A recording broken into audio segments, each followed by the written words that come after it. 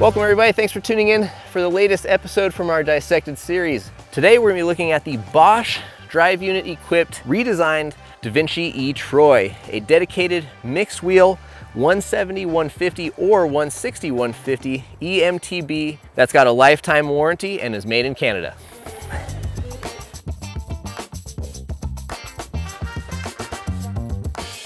So when we received the bike and put it together, obviously there were a few things that stood out most. The Bosch drive unit and integration of that controller being the number one, right?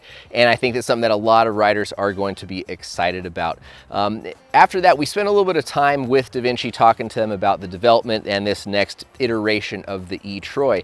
And they admitted that while the last Troy was not all that old, rather than just modifying the motor mount units or the drive unit motor mounts to update the old Troy, and I say old loosely, to work with the Bosch drive unit, they figured they would take the opportunity to start with a complete redesign from the ground up and offer a bike that was more in line with the DNA of their mountain bike offerings. So there are going to be a few changes specifically to the geometry, the suspension kinematic, and tune that they think are going to align this bike more with the rest of their non-e-powered mountain bikes. And they admitted that the e-bike space is a very rapidly evolving and growing market, and that just furthered their decision to start with a whole new redesign from the ground up around that Bosch Performance Line CX drive unit. Inside you will find a removable 630 watt-hour battery, which is lockable and can be removed rather easily under this skid plate here. They did find that the 630 from the Bosch was putting out similar range to the 700 and the Shimano drive unit. We haven't been able to test that or verify that just yet, but we could foresee that depending on the tune power mode, or if you're running it in a smart mode, that there could be a chance to get almost there.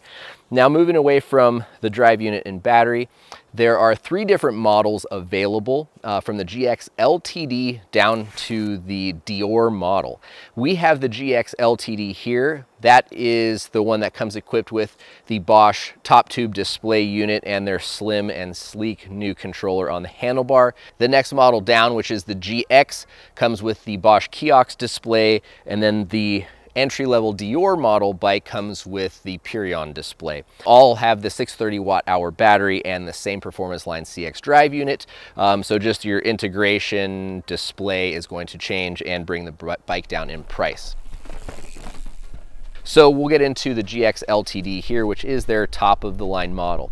What differentiates it, besides having the top of the line the Bosch Smart Display system, is that it has a 170 millimeter fork paired with the 150 rear end. The other two bikes have 160 millimeters up front, so just gives this bike a little more of an aggressive intentions. So our GX LTD retails for $79.99. and it has the Fox 38 Performance Elite fork with SRAM Code R brakes and SRAM GX cable actuated drivetrain. All of the bikes also come with the SRAM UDH.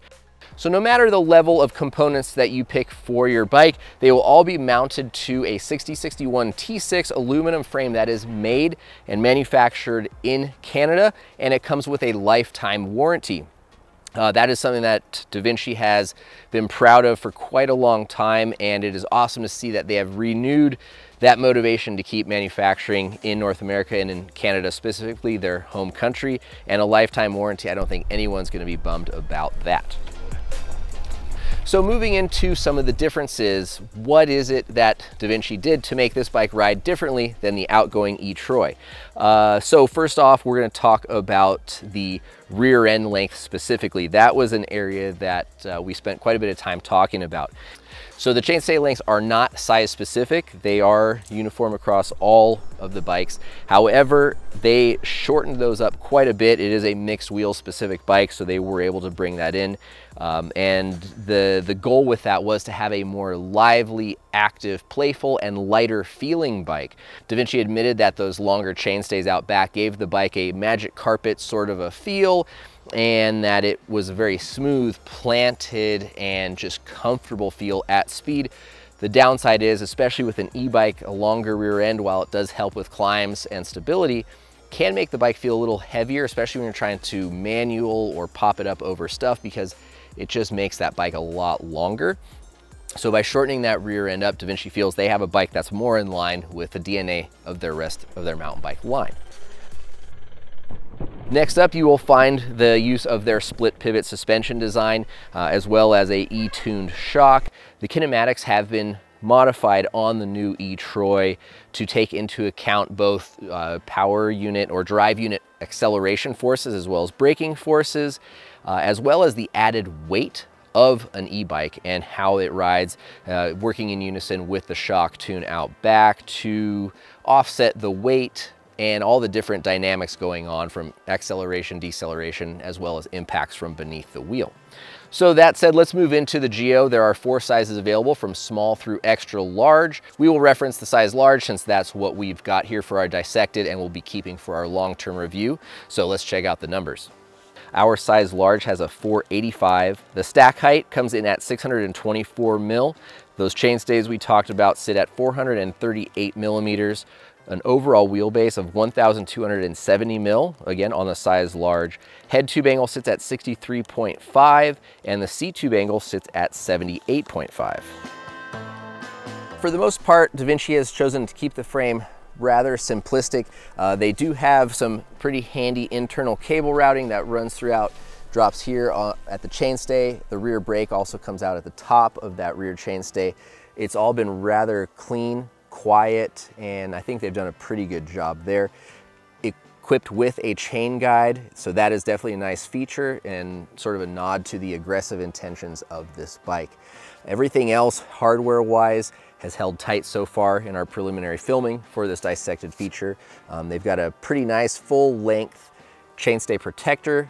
Again, kind of helps keep rattling and chain impacts down, and looks pretty sleek. It's not as bulky and knurled as some of the other options out on the market, but it seems to be doing a pretty good job so far.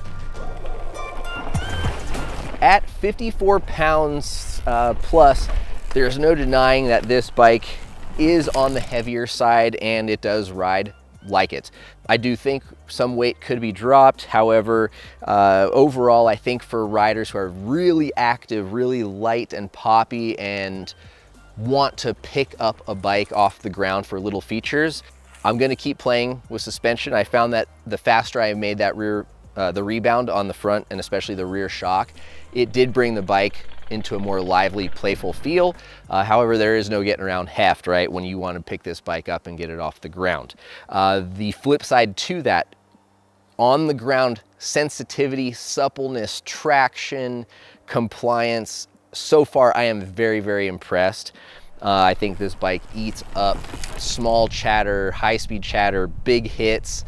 The progression I thought was a nice mix, not too aggressive and not too flat of a curve to where riders are gonna have to, you know, really work to get this thing to build up pressure or progression the way you want, but also not so progressive that the average consumer is going to be like never able to reach full travel. Seated comfort on the climbs was great. The 78.5 seat tube angle was nice and steep. It helped us get up some really steep and techy climbs. That saddle with that nice sweep, while not the best on the downhills, especially with a little bit of a shorter dropper post at 175 on the large, kind of prevented us, like the shortness of the drop and that swoop made it tough to get back. I would love to have a longer dropper post, but really comfy, nice saddle for the climbs and something I really enjoyed. And again, the seated comfort, pedaling comfort was really nice.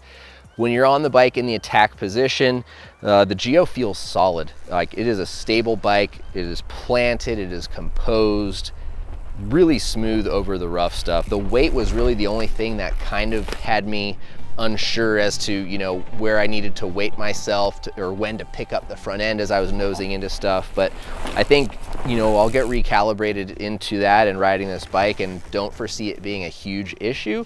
But that's definitely something that, you know, after hopping on it right up front would stand out. Also didn't love the Kodar brakes on a bike this heavy, but once again, you know, price and spec options have to be made, and I think that this bike with the Bosch Smart System and a Performance Line CX drive unit is coming in pretty competitively compared to some other bikes that are out on the market. You get a lifetime warranty, you get a made in Canada product, and a bike that most importantly rides really well. I think it's a really solid bike and something that we're really excited to put more time on, because it is a really good riding machine. And props to Devinci for stepping up with another new E-Troy powered by Bosch. This thing supple, smooth, and ready to charge. So stay tuned for the long-term review, guys. Make sure you subscribe to the channel. Ask any questions, leave any comments you have down below. We'd love to get involved with you down there. Thanks for watching, and we'll see you out on the trails.